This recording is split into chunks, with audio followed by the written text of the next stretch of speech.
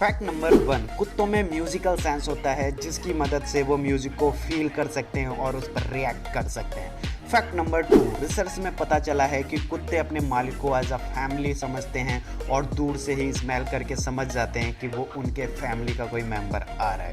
Fact number 3, most जानवर अन्य person को अटैक करने लगता है जो कि उन्हें खाना नहीं देते हैं। फैक्ट नंबर 4, एक चूहा दूसरे चूहे को बहुत अच्छी तरीके से देखभाल करता है। यदि एक चूहा मुसीबत में होता है तो वो उसे सचेत कर देता है या फिर उसकी हेल्प करने की कोशिश करता है। फैक्ट नंबर 5, रिसर्च में पता चला है कि कुत्तों में भी जेलसी जैसी फीलिंग होती है। डॉग्स अपने मालिक को अगर किसी दूसरे डॉग्स के साथ देख लेते हैं तो वो बहुत ज़्यादा जेलस होते हैं।